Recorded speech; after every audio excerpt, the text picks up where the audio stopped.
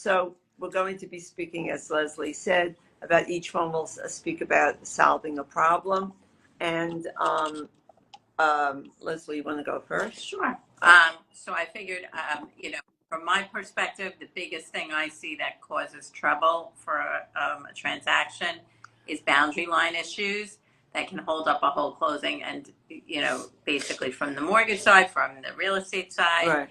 So I've had a few situations, that were pretty, were significant. I had one situation where, we had a basketball court that encroached almost like 20 feet onto my client's potential property. And that was a huge concern for her. And it was definitely existed for longer than 10 years, which was like potentially a claim for adverse possession. And she didn't want to close with that situation in play. She didn't even want to allow it to continue to exist because she wanted the use of the property. 20 feet's a lot. Right. So we were able to negotiate with the neighbor, but once we knew the situation, so it's always good to get the survey back quickly. We were able to negotiate with the neighbor where they were willing to remove the basketball court, but it was a lot of negotiation, Right. and potentially can delay your whole transaction, and it's a domino effect. Yeah. Right. So yeah. So and the people selling, they really needed this to happen because they were buying something else. So Right. you don't realize, and the surveys just take so long to Get that it's a problem. So anyway, so we were able to resolve it and close, and it ended up being fine, but that can delay. Right. So Yeah. that's And delays have a ripple effect, right? Because if they're getting financing, then, maybe their credit documents start to expire. Maybe, hopefully there wasn't a change in credit, but, I always say, once we have a loan approved and cleared for closing, we don't want to have to start re-underwriting it again because we have to get updated pay stubs or updated tax returns, God forbid, right? Or, or even have to pull an updated credit report because people's credit scores fluctuate. And, let's say you're pulling somebody's credit right now, after the holidays where maybe they've used their credit cards and their balance ratios are higher, their score might dip a little bit, right? Go back up when they pay it down, but yeah, I always want to try to avoid things like that.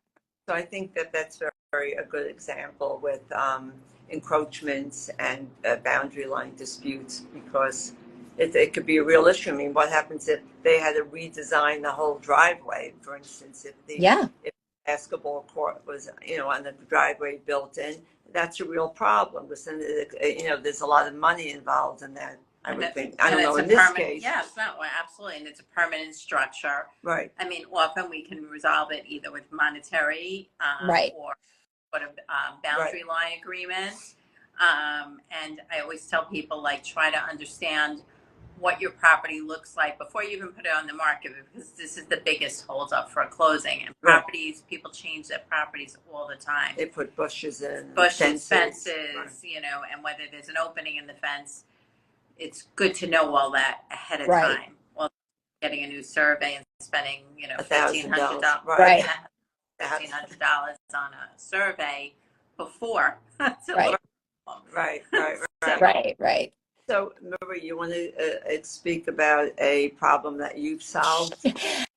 I loved when you sent this topic, Michelle, because I as a manager as well here, on the mortgage side, I feel like pretty much all I do all day long is solve problems. So I'm like, oh, which problem should I talk about? But I think one, and obviously since I'm doing mortgages, most of my problem solving is, okay, how can we get a loan that is struggling to get approved, or to get approved the loan that the customer really wants, maybe not the one that we're saying, that they can qualify for. And I would say that one of the things that is that I've solved maybe 3 or 4 loans just in the last couple of weeks because we made a little change to a guideline, and it has to do with when somebody has additional assets, like what we call post-closing assets that are not needed for the transaction. Right. And in our area where, there's a lot of high net worth customers,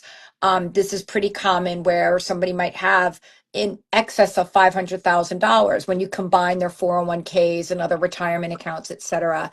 And um, there's this, not everyone's aware that that most lenders have some way of being able to use those additional assets to introduce like additional income into the application.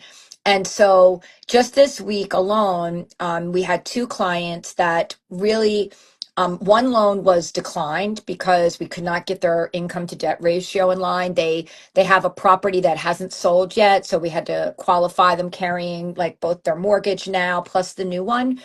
And with the other one, they wanted to finance more. They wanted a larger loan amount. And with this new, calculation that we were allowed to do, we were able to take their excess reserves, anything that's over five, it's going to have a minimum of 500,000.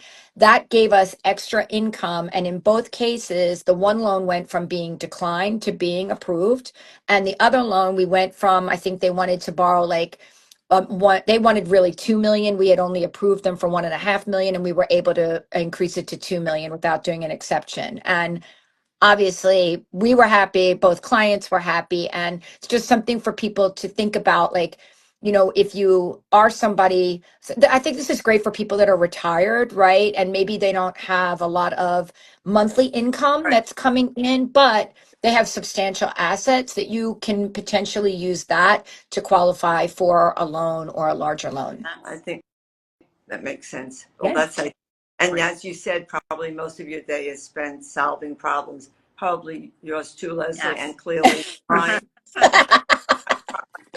Day is spent either dealing with people's psychological problems, although I'm not a psychologist. But although that don't you feel like you could be a certified psychologist after doing this for so many years? life. In any event, I think one of the biggest problems I face when I'm dealing in a transaction would be with open permits, and it has all sorts of ramifications. And the most recent one I could think of, actually, was with Steve, was with a purchase in New Rochelle. There were, upon my doing my due diligence, I found that there were a lot of open permits. One being the most significant. And it's not that they didn't file for the permits, the people filed for the permits, right? But they Right. never put them out. So what does that mean? It means your taxes won't adjust until the permits are closed out and filed for, right? And the inspections are done. And it could mean also, and it would impact the taxes depending on when those permits were done, right? It could have been old, and it may not impact because it's not considered the new renovation. But if it's within 2 years, it depends on the municipality. Many will consider it a newish renovation. The other, an illegal deck. So that had to be dealt with, and not only removing the deck and how to dispose of it, but really to fix and repair the make it safe, right? Make the property safe, because you can't have a door leading to nowhere, right? Right. So a deck, so it has to be, you have to make it safe. And how do you make it safe? So there's a whole bunch of discussions, and that really could delay a closing because I had to wait for new permits to be filed, new inspections, and then if the inspections weren't done, approved the first round, they have to reapply for more inspections and final inspections. So this is something that I can't say always, but I would say probably in more than half of my transactions, there are problems at the building department, right? Yeah. Yeah. So, Right. That's another I very mean, good it's- problem. I mean, that's a problem in and of itself, right? Right. The building departments. Yeah, it may not just be that the permit has to be closed out, but it really has implications for the property. What can you build? Okay, so now I buy a house with a deck.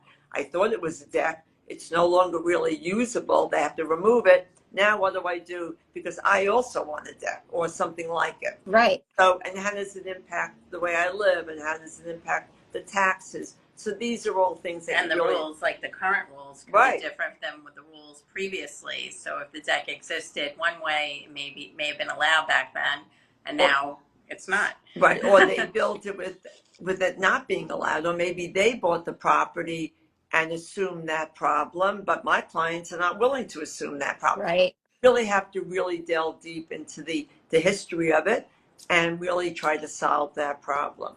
Yeah. So, I think too, like these, what we're discussing with these problems, they're more common than people might think too, right? You know, it's I for some reason in New York in particular, like I do loans all over the country. I don't think we tend to run into as many issues with like open permits or illegal decks. So I don't know what it is about our tri-state area here, but it's unfortunately common. right, right. I think it also depends on how much due diligence the realtor's supposed to do versus in many areas, they don't have to do many. In many areas, there's no attorney, Right. right? Right. Right. It really depends on, as you said, the locale and the rules in each area. Yeah. It's true. Some states don't even have attorneys in the transaction at all. So Right. Right. Right. Very Most interesting to see. states. Well, how real estate is done in different parts of the country. So Absolutely. we wish everyone a good weekend, Yeah. and we're happy to discuss more problems the next round, and because I'm sure we can come up with many more problems. I know. I was going to say, I think, are we ready to put our capes on and go solve more problems today? So, All right, so have a great all right. weekend. Have a great weekend, ladies. All right. Take care. Bye bye. Bye bye.